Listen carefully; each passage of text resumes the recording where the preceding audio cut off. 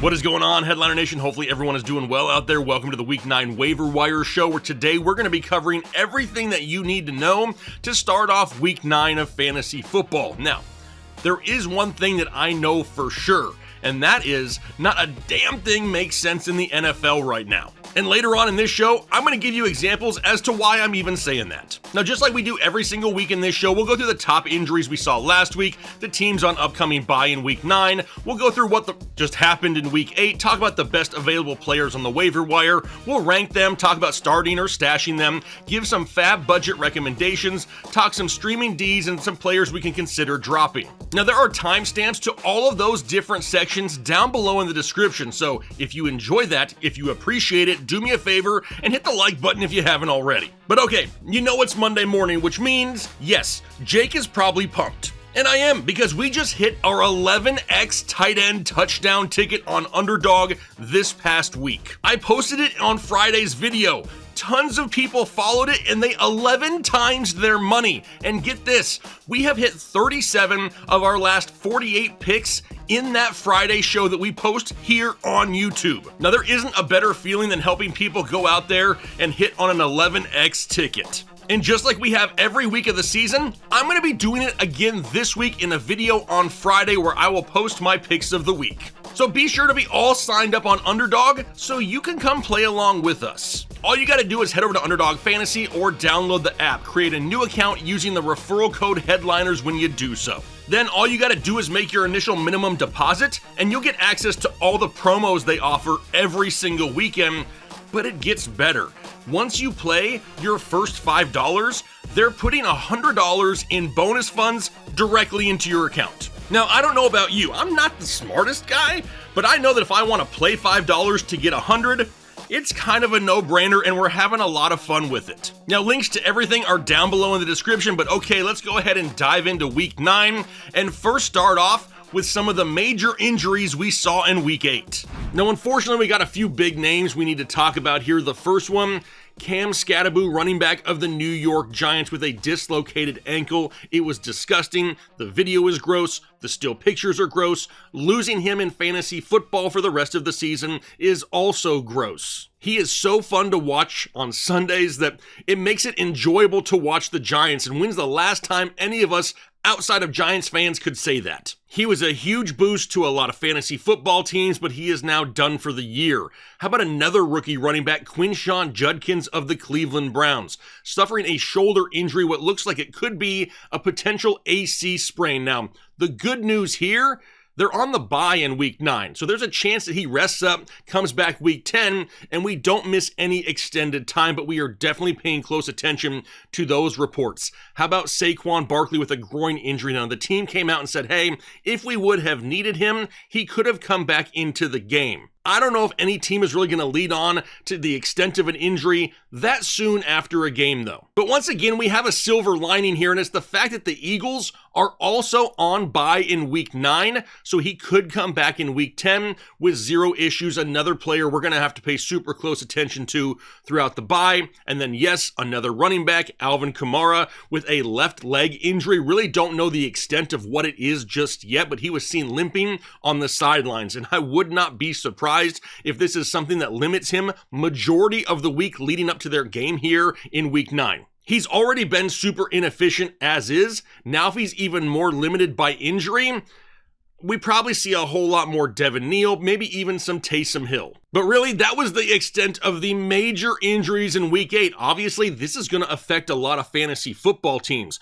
Maybe not for a week or so since a couple of these guys are on bye, but still, potentially a huge loss for some guys out there, especially with Cam Skattebo. I absolutely hate to see that for him. But all right, let's go ahead and dive into the next section here. We talk about what just happened in Week 8. Now, we had 6 games in Week 8 that were decided by a minimum of 20 points. And you know, just as well as I do, blowouts do not help in fantasy football. But let's go ahead and dive into the quarterback position here first. Did you know that we had 3 top 12 quarterbacks on a bye last week? 2 top 12 quarterbacks finished at QB 18 or lower. Guys like Tua, who had 11 touchdowns on the year. The Miami offense had looked horrible. They were ranked 29th overall in passing touchdowns and had a matchup going up against Atlanta, who allowed the 8th fewest passing touchdowns yet.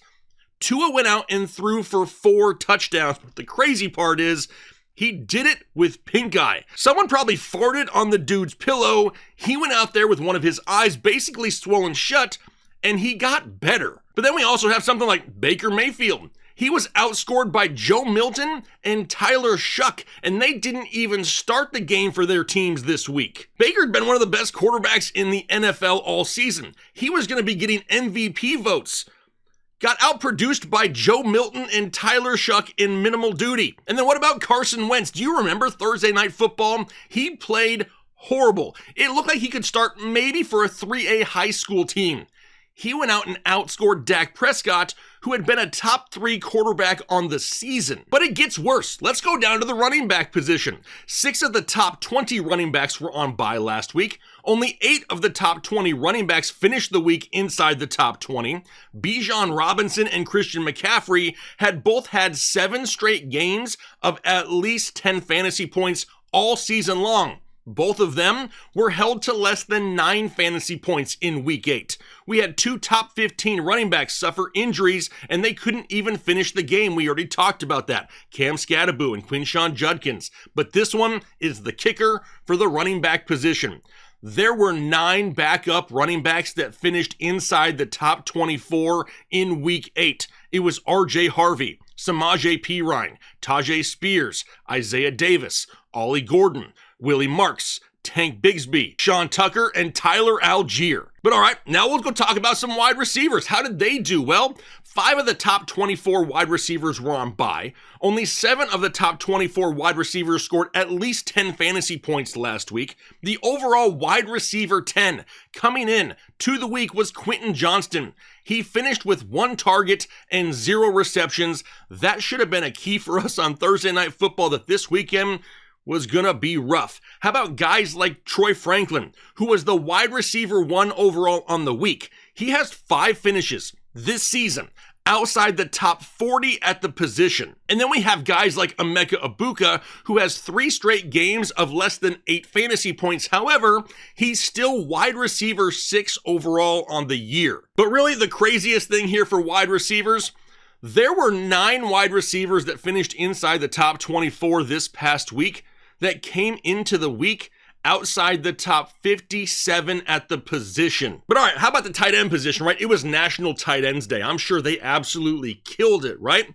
Let's take a look at it. Well, 2 of the top 12 tight ends were on bye. The tight end 1 overall is Jake Ferguson. He had 1 target and 0 receptions. The tight end 2, Tyler Warren, had his worst game since week 3 in a game in which the Colts scored 38 points. Oronde Gadsden didn't even play week 1 or 2. He only has 2 games all year long over 10 fantasy points. However, currently is the tight end 9 overall on the season.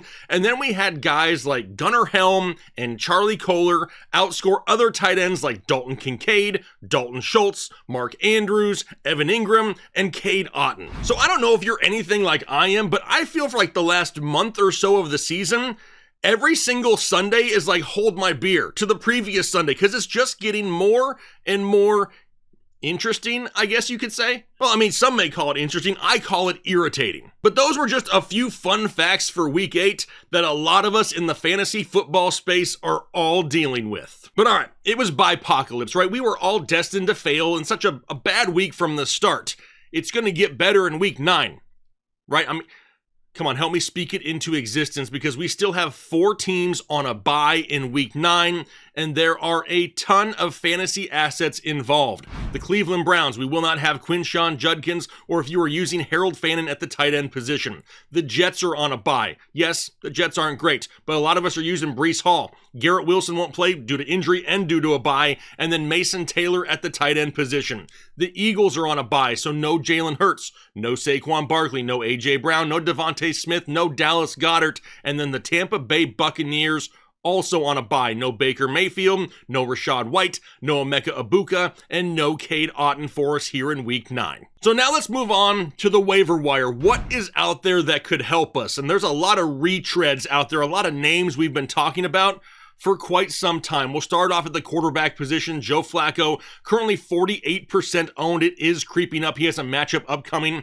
against the Chicago Bears, and we all just need to find it in our hearts to thank Joe Flacco. He has made Jamar Chase, T. Higgins, and Chase Brown all fantasy viable once again. Now, since joining Cincinnati, he is the QB 6 overall in fantasy, averaging 23 fantasy points per game, and now he gets a matchup going up against Chicago, who allows the 5th most fantasy points per game to the quarterback position. How about Trevor Lawrence? He's coming off the bye, and which Trevor Lawrence do we see off the bye?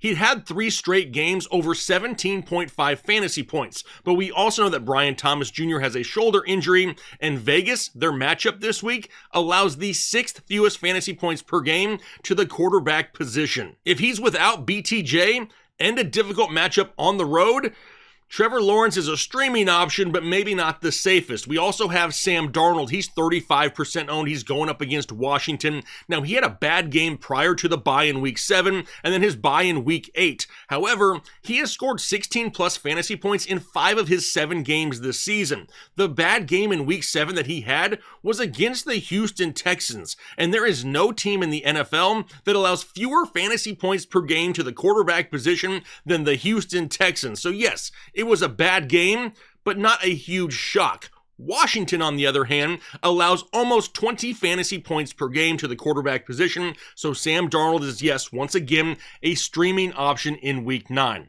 Now let's move down to running backs. We'll start off with Devin Neal of the New Orleans Saints. He's 4% owned as of right now, and honestly, I expected a lot more people to own him. Now his matchup this week is going up against the Rams, which isn't ideal, and last week we saw that there was no Kendre Miller in that offense, yet Devin Neal didn't get any work on the ground. Now, they were down multiple scores. They weren't able to run the football too much. They only ran 15 times, 6 of which were by quarterbacks. But we also know that Alvin Kamara, a little bit more banged up right now in a tough matchup. Maybe he sees a few additional touches in week 9. Then we have Kyle Monangai of the Chicago Bears. He's 38% owned, going up against the Cincinnati Bengals. And the drop in usage really seems more to them being down by multiple scores last week than him really not having a role. Chicago just had to throw the ball a little bit more because Monangai played only 2 snaps less in week 8 than he played in week 7, where he had a huge game. So he's still on the field. Now he gets a better matchup going up against Cincinnati this week. He could be a viable streaming option if you need it. Then Tyrone Tracy of the New York Giants. He's 45% owned, going up against San Francisco, and the loss of Cam Skattebo is tough. He was the heart of the team.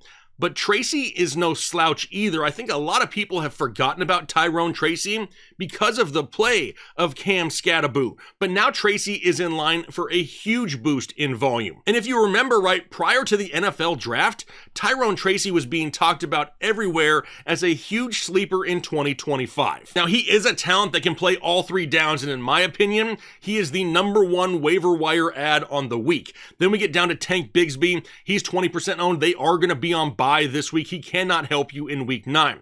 But we did see Saquon favoring his groin/hamstring some there in week 8. Now the team says he should be fine. They're on a bye. He's going to rest. But honestly, if I have room, I'm going to snag Tank Bigsby right now and stash him. It is not uncommon for hamstring or groin injuries to get worse once they're pushed, especially if they're pushed too quickly. Now, I don't want anything to happen to Saquon Barkley, but if it were to happen to Saquon Barkley, I want Tank Bigsby on my bench. Then we got Tajay Spears of the Tennessee Titans. He's going up against the Chargers. He's 35% owned. He just had a season high in touches, which is somewhat expected due to the potential of the Indianapolis blowout that we did end up seeing. But he could be in line for the same thing this week going up against LA. If LA gets a big lead, we'll see more Tajay Spears, especially in the pass catching game. He's had at least 3 receptions now in 3 straight games, so he has some PPR upside. How about Dylan Sampson in Cleveland?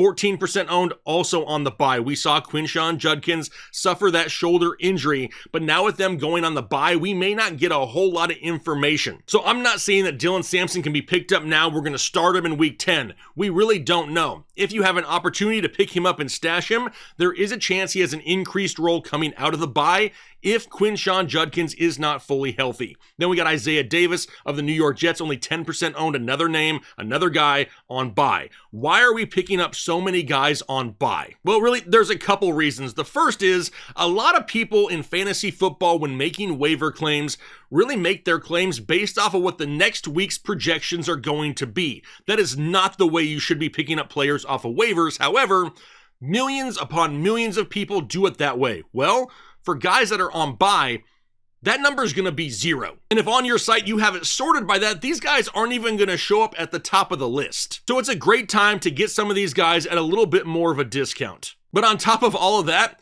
it's because there's no other options out there. Everyone is hurt or everyone sucks in 2025. At this point, if you have a chance of getting someone with just a little bit of value, you get them when you can. Now, we know when it comes to Isaiah Davis that Breece Hall is still the guy in New York, but with the trade rumors kind of swirling around Breece Hall, maybe that happens, and if it does, it's going to be a huge role for Isaiah Davis. But on top of all that, he could earn more touches as the season progresses. He just averaged almost 10 yards per touch. So if he does get a chance, he may be flex-worthy in the coming weeks. Now, the last guy at the running back position is Bam Knight, Arizona Cardinals. He's 10% owned. I don't love this backfield. I don't trust Jonathan Gannon, but it's a great matchup going up against Dallas. They're coming off the bye week, and there is a chance that Trey Benson does return here super soon. But I do expect the Cardinals to kind of work him back into the game plan, kind of ramp him up a little bit slowly, and if that's the case, I don't hate Bam Knight this week going up against Dallas. They allow the 4th most fantasy points per game to the running back position, and Arizona is going to have to run the football if they want any chance of winning this game. They have to keep the ball away from the Dallas offense. How do you do that? You control time of possession, you run the ball, and you run it successfully. Now, I know the word successful and Arizona Cardinals typically don't go together, but if you're in a pinch and you need an option and he's available, the matchup is that good. Now, after that, we're going to move on to the wide receiver position. Kayshon Boutte, rocking everywhere, is going to stay here. And at this point, I'm probably just going to leave him here for as long as it takes for him to be at least 50% owned. I think he's been in this show, 6 weeks, 5 weeks already this season? But he's got 4 touchdowns in the last 3 games, and I know he is a low-volume receiver, but he's averaging almost 20 yards per reception in an offense that likes to throw the football deep. Now, in a matchup going up against Atlanta, it seems like this should be a pretty difficult matchup, but one-eyed Tua took it to the Atlanta Falcons last week. So if Tua can be like a damn pirate and go out there and beat the Atlanta Falcons, why can't Drake May and the New England Patriots? Next up, Chimere Dike of the Tennessee Titans. He's only 5% owned going up against the Chargers. Cam Ward has kind of moved on from Alec Eomanor to now Dike, who is the new flavor of the month in this offense. It's an offense that's going to be continually trailing. They're going to be playing from behind. They're throwing the football a ton. Their biggest question mark here, does Calvin Ridley return? Because if he does, that's going to take away targets from Dike and Eomanor. Now, after him is Alec Pierce of the Indianapolis Colts. He's 28% owned going up against Pittsburgh.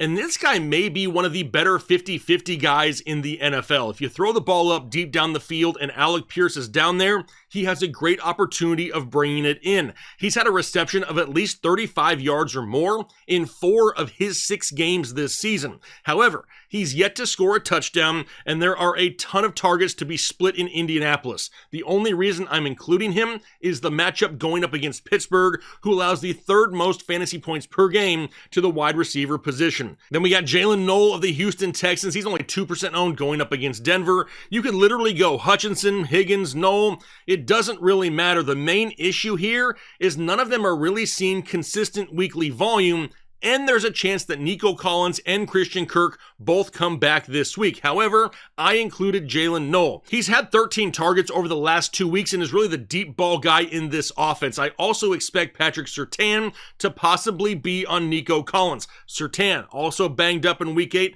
really waiting to find out what happens with that, but they could be looking at other weapons in Houston this week. I'm going with Jalen Noel on the waiver wire here in week 9. Then we got Malik Washington in Miami, 14% owned going up against Baltimore. Baltimore. And this isn't some newfound success that we all just need to jump on and add him right away. But a lot of people are going to be asking about him. He just had his first touchdown on the year. However, doesn't have a game all season long with more than 36 yards receiving. Is he an option? Yeah. Is he a great option that's going to help your team immediately? I wouldn't bank on it. Then lastly, we got Troy Franklin in Denver, 38% owned, going up against Houston. It is a weekly nightmare in Denver. You got Cortland Sutton, Marvin Mims, Troy Franklin, Pat Bryant. One of them is going to have a huge week every single week. However, it is impossible to know which one is it going to be. Franklin seems to be the guy getting the most consistent targets. Now, he isn't always bringing them in, but he's the guy I'm including right now because Marvin Mims and Pat Bryant, they seem even more riskier than Troy Franklin does at this point. At least Franklin does have multiple top 12 finishes at the position this year. Now, after that, all we have is the tight end position. The first guy up, you're not going to be surprised. It's Oronde Gadsden of the Los Angeles Chargers. He is 62% owned, so he's not going to be out there for the majority of you. However, go out there on your waiver wire and just take a look just in case. Now, I don't need the box score bros down below in the comment section saying, I wish I played in your league if he's available. Just go out and look. It doesn't hurt anything. Now, he's got a matchup this week going up against Tennessee, and I know he's highly owned, and has he had a couple good weeks in a row? For sure. But am I trying to get too overhyped by Oronde Gadsden? No, and last week is really a perfect example as to why. The first half of the game, he was unstoppable. He had like 16 points at halftime. Then, he didn't do anything the entire second half of the game. And that was in a game in which Quentin Johnston did absolutely nothing either. The Chargers just have so many pass-catching weapons, they're not going to be reliant on Gadsden every single week. Is he going to give you a decent floor? Yeah, probably. Is his ceiling super high? Yeah, it really is. Should we expect that ceiling every single week? No. There's just too many other weapons in LA to throw to, like Keenan Allen and Ladd McConkey, and you have to think Quentin Johnston will be involved again at some point in 2025. Now, after him, we got Juwan Johnson of the New Orleans Saints. A lot of people kind of fell off that bandwagon. He's only 32% owned in a matchup going up against the Rams. Now, we saw the Saints go to Tyler Shuck last week in Week 8. If we see more of that, we're going to see a lot more Juwan Johnson. He just had the most targets he's seen in a game since Week 3. Plus, it's the Saints. They're going to be losing. They're going to be trailing. They're going to be throwing once again. So Juwan Johnson is a streaming option if needed. And then Colston Loveland of the Chicago Bears, only 5% owned with a matchup going up against Cincinnati. We know that Cole Kmet is dealing with an injury he missed last week. We also know that Luther Burden is currently in the concussion protocol. If that's the case, we could be looking at more opportunity in Week 9 for Colston Loveland, and it's a great time for a good opportunity. Because you can see he's playing the Cincinnati Bengals. And what team in the NFL allows the most fantasy points per game to the tight end position?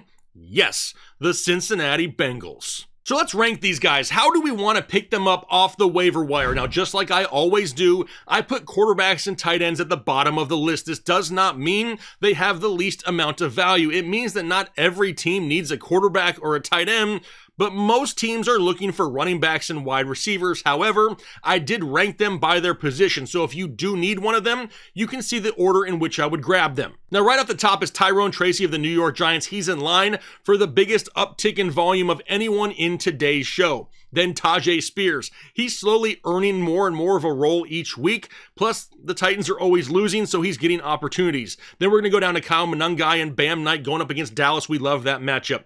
Devin Neal.